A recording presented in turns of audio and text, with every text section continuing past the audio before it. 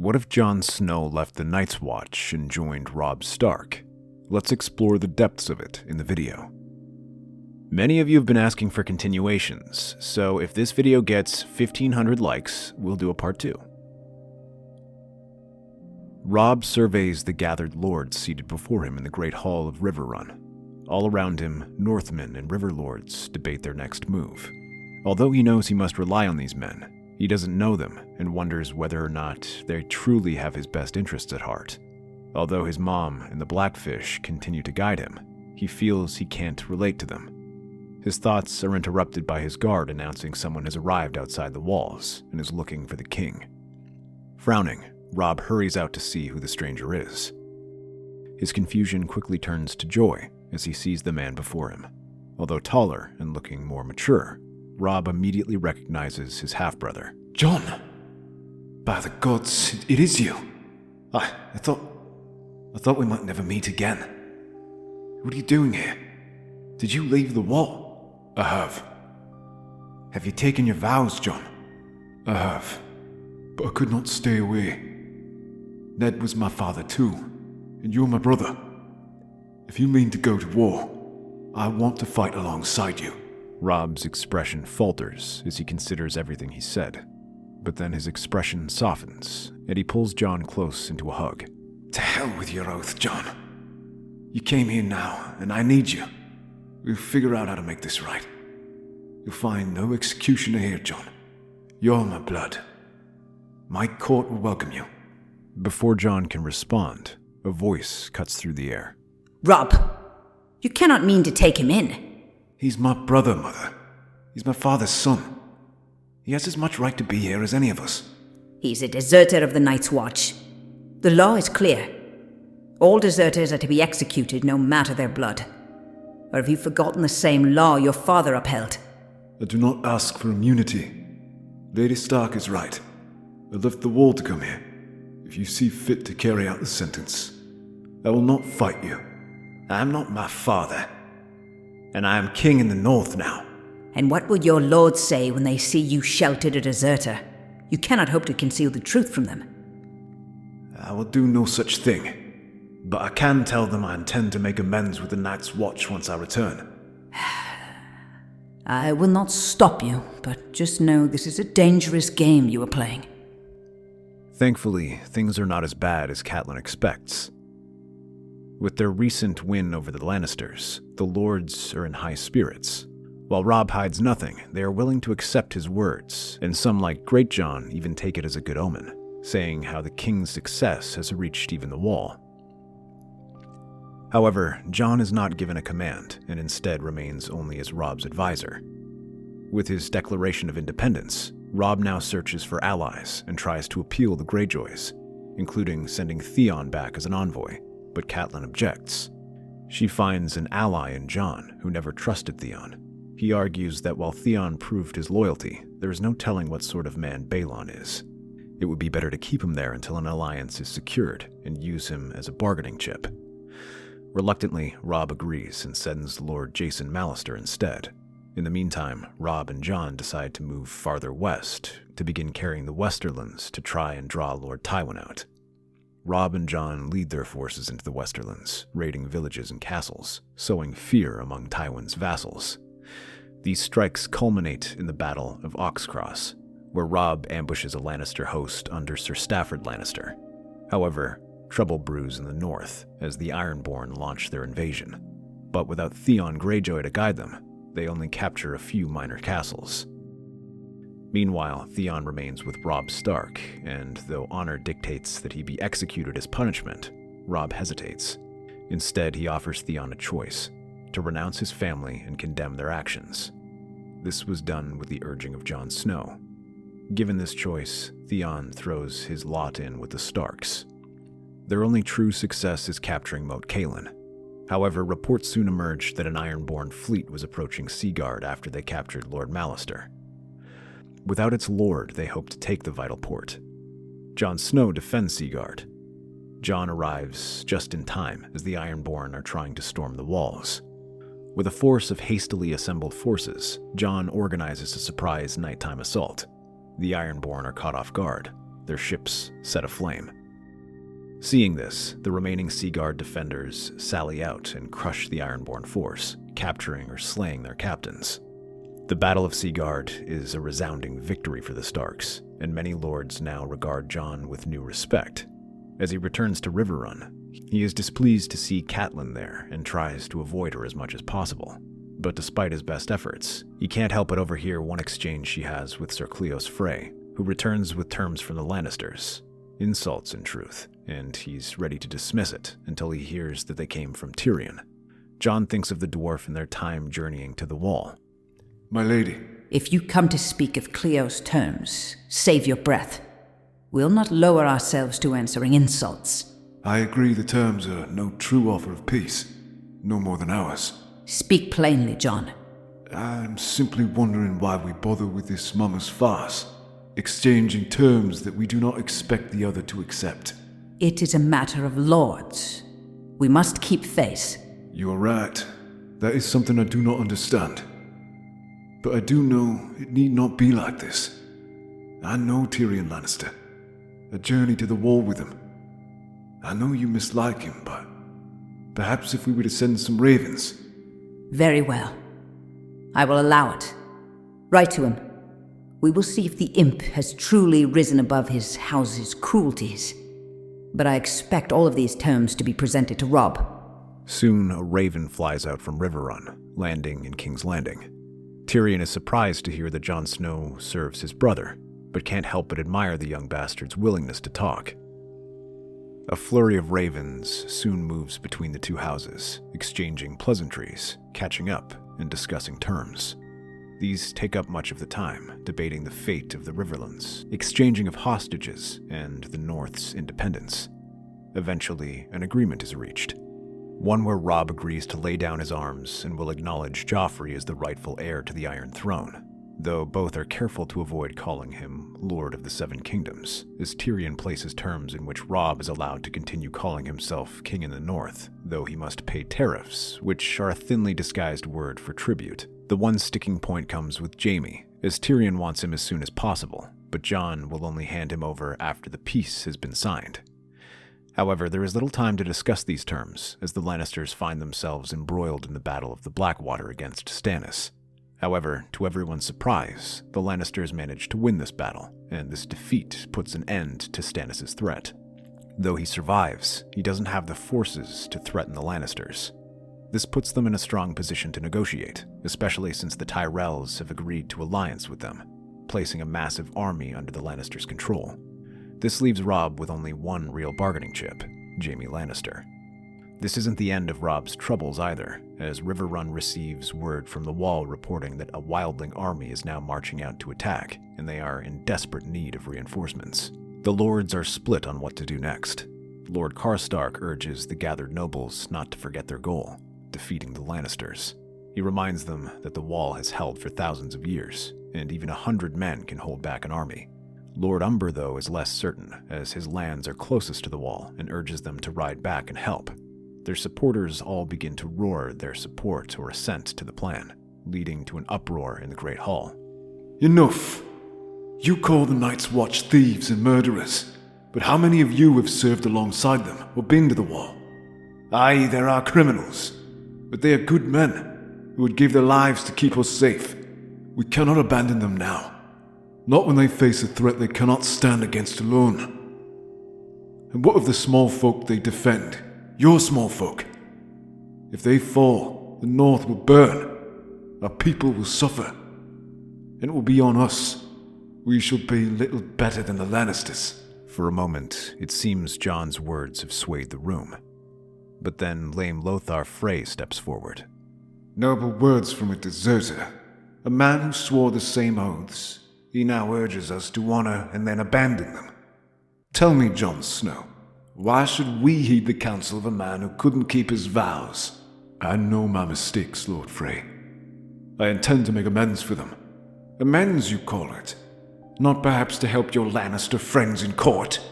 My spies tell me you have secretly corresponded with Tyrion Lannister, the very hand of the king who leads our enemies. Surely you will consent to us to search your quarters. Is this true? The hall falls silent. John's jaw tightens, but he says nothing. Lords demand answers, but then he speaks. Aye. I talked to Lord Tyrion. I hope that our friendship would allow us to secure better terms. I hope to show you after our meeting. He confesses. Search the room. Find what terms he sold our kingdom for. Lords jump to their feet and roar at John, while men are dispatched to his room. Little does anyone know that John wasn't the only one talking to the Lannisters. After the Blackwater, Lord Frey began to consider his options as he doubted whether House Stark could truly win the war and began extending overtures to House Lannister. Tywin is open to sparing them, but only if they can sow dissent within the Stark ranks. As the chaos ensues, Catelyn feels a hand reach out to her and sees Black Walder glancing over at her and taking her to the hall. Lady Stark, you know what must be done. I know you have no love for the boy. Consider this situation an opportunity. Give us your support. As the king's mother, your words weigh it. He's my husband's son. And yet not truly one of your own. Think about it, my lady. You'd be doing your son, your king, a service by removing such a liability from his court. Not long after, the men return to the hall bearing the letters the Freys spoke about. The terms are read aloud, and the room grows angrier and angrier as they hear it. The letters are proof enough. He's been conspiring with the enemy. By all rights, he should be executed for treason and desertion. Aye, it's the law, and the boy knows it. Enough! The room stills as she holds up a hand. She steps to John's side, addressing the lords directly. The letters you found were sanctioned by me. I instructed John to write to Tyrion Lannister on behalf of this council, to gauge the possibility of peace. They were to be shown to Robb upon his return. John acted on my orders, not in defiance of them. If there is such a crime for acting as an emissary for the Queen Mother, I shall bear the punishment. I know of no such law. I entrusted my mother with handling the diplomatic affairs of my kingdom. If she saw this as necessary, I see no reason to punish either of them. Even so, he's still a deserter. The law is clear. You said you intend to make amends with the Night's Watch. Yet there might not be a Night's Watch by the time you ride north.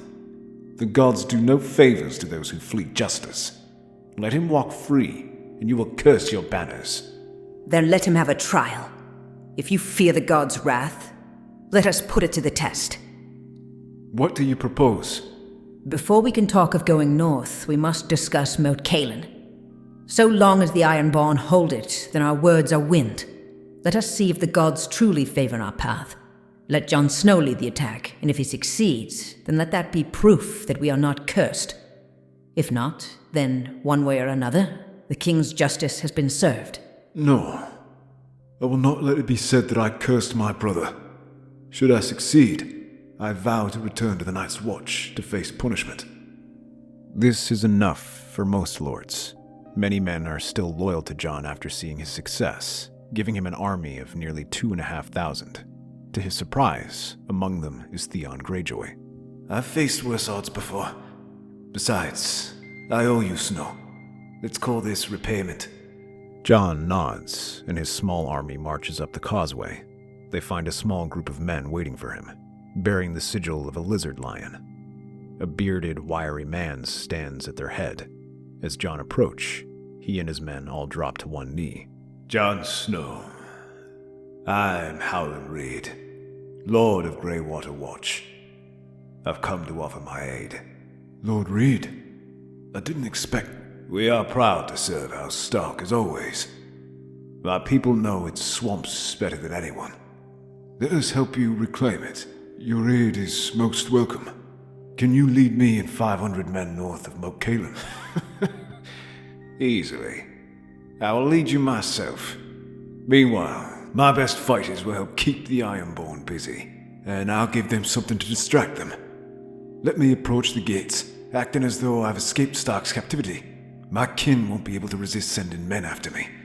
That should buy you the distraction you need. Are you certain? Absolutely. Let's see how much my dear family hates me. The swamps around Moat Cailin were eerily silent. The silence is only broken by the sound of a horse. Theon Greyjoy stumbles towards the gates, his ragged appearance aiding authenticity to his feigned escape. Behind him, the distant shapes of Northmen remains hidden. Open the damn gates, you fools. It's me, Theon Greyjoy. I've escaped the Starks. They're trying to storm the castle. Open the gates, I have their plans. The guards confer amongst themselves before a small gate creaks open. A handful of Ironborn emerge, weapons drawn, as they approach Theon. Suddenly, a distant horn blares from the swamps as poisoned arrows and spears come flying out. Howland Reed's Crannogmen emerge like phantoms, their shields covered in swamp muck. Behind them, lines of Northmen emerge and swarm the small group who find themselves surrounded and cut down. Arrows and throwing axes begin to rain down on the attackers below. Theon draws a hidden dagger and slits the throat of the nearest soldier before using him as a shield. The Northmen rush to and fro to try and breach the gates of the three towers, leaving the defenders to try and hold them back. From the north, Jon leads his contingent, attacking the fortress's weakest defenses. With the battle below, no one realizes what's going on until they are right on top of them. Jon Snow's men breach through the gates of the tower. These begin to fall one by one. Word soon spreads south of Jon's success, reinvigorating the north, who all view this as a positive sign. Far from being cursed, some even begin to think Jon might be a good luck charm.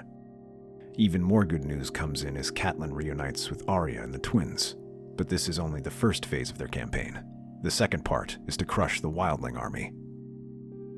Unfortunately, Lord Karstark is incorrect, as the wall is unable to hold back the Wildlings, and the Night's Watch is on the verge of collapse. By the time the Northman army arrives, they march to the site of Castle Black burning. Its rangers fled or deserted as Wildlings stream through. Their advance is fairly slow as they focus on pillaging the gift, but the nearby mountains, the lands of the northernmost houses, suffer heavily. The northern armies march through the snow-covered plains of the gift. They've defeated several smaller pockets of wildlings, forcing them to retreat and regroup. From these battles, they also hear some stranger news. King Stannis had attempted to aid the Night's Watch, but Castle Black had already fallen to the wildlings by the time he arrived. Though he managed to kill many, his army was overwhelmed. Robb Stark surveys the battlefield, his direwolf pacing restlessly by his side. He splits the army into three parts, one to hold the center, one to flank the wildlings, and another in reserve. He rides to the vanguard with Jon Snow. The wildlings strike first, their savage cries echoing across the frozen field. They charge in a disorganized wave, wielding crude weapons or captured swords from their recent success. On the flanks, disciplined Thenn warriors push forward, holding the wildlings and preventing a flank attack. The northern shield wall readies. Shields lock, spears thrust, and the initial wildling charge is absorbed with grim determination. Jon fights at the front, his sword flashing as he cuts through the chaos. Around him, men fall, but the line holds firm. Robb leads the northern cavalry, smashing into the wildlings' left flank, where the Thenns form their shield wall. Surprisingly, they hold against the first charge thanks to their bronze armor and weapons. However, without their cavalry, the wildlings cannot chase off the enemy army. This allows Robb to charge again and again until their line begins to fold and retreat. But in the center, Jon faces off against Tormund Giantsbane, Tormund's massive axe swinging in deadly arcs. Jon ducks and parries, his arms shaking from the strength of those attacks. Tormund laughs and swings at him again, each strike powerful enough to cleave him in two. But Jon is faster. He bats aside each strike and manages to get under Tormund's defenses, striking him across the chest. But this is a shallow cut, and Tormund tackles him to the ground. Here the wildling has the advantage and punches him across the face. Jon tries to strangle the chieftain, but Tormund reaches and bites Jon's fingers until they hear the scraping of steel around him. Now this is a wildling, true and true, but it appears you lost the battle. They glance around and see the wildlings either on their knees or retreating in all directions. Among the former is Mance Rhaegar, who is surrounded by Robb's battle guard. Yield! Tormund hesitates, blood dripping from his lips before he nods. Around them, the wildling forces begin to crumble. The northern cavalry encircles the remaining wildlings. Robb summons Mance, Tormund, and the other wildling leaders to parley. The defeated warriors gather in a tent, with the king beyond the wall brought forward with his hands bound. You think we're here to conquer? We're running. The others are coming. We fled south to escape them. He's telling the truth. I've seen them. One white nearly killed Lord Commander Moment. If the wildlings are running, something is chasing them. Something terrifying.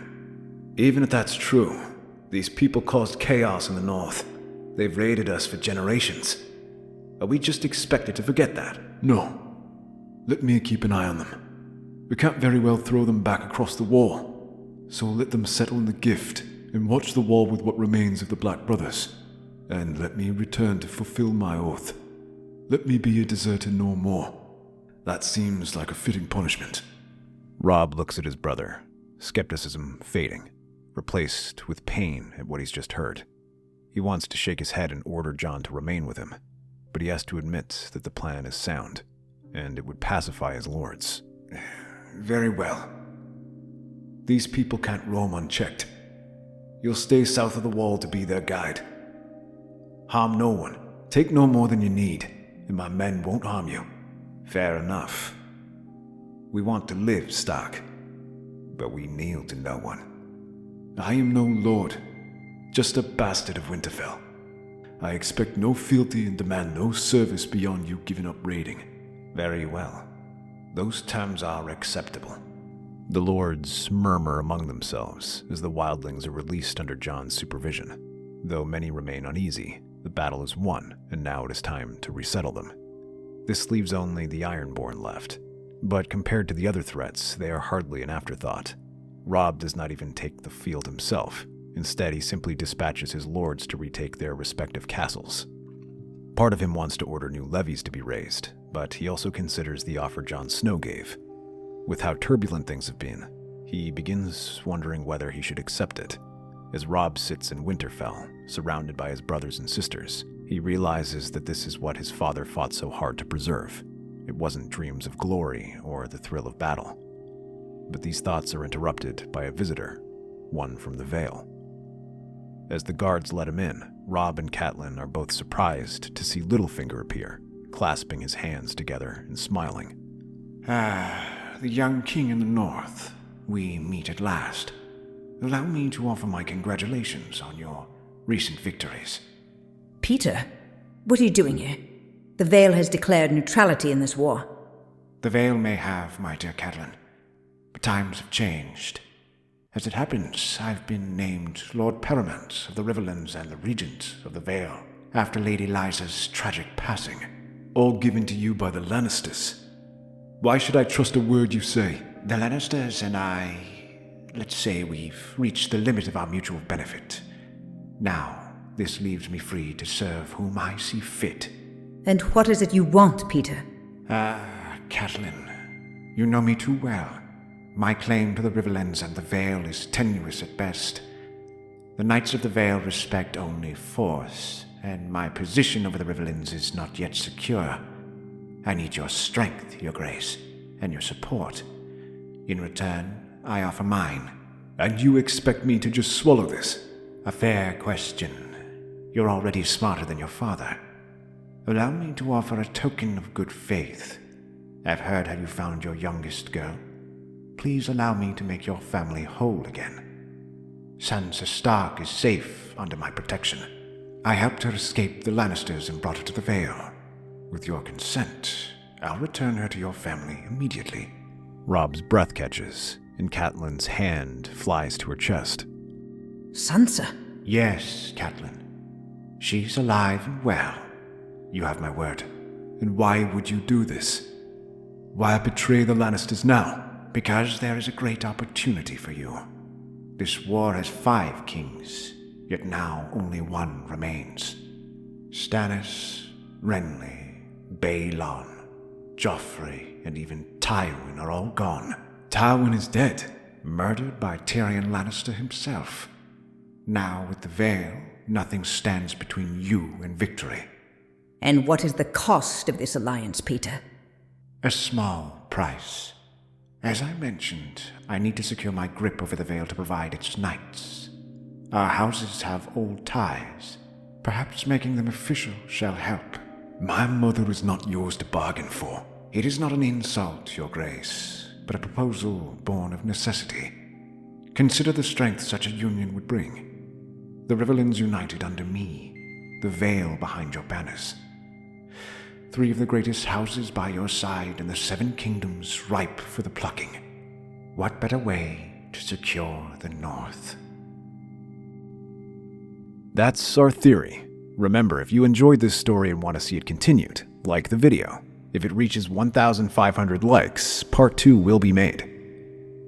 Westeros is a land filled with exciting stories and possibilities, and we love exploring them. If you want to accompany us on this journey across the 7 kingdoms and beyond, then please like, share, and subscribe to our channel.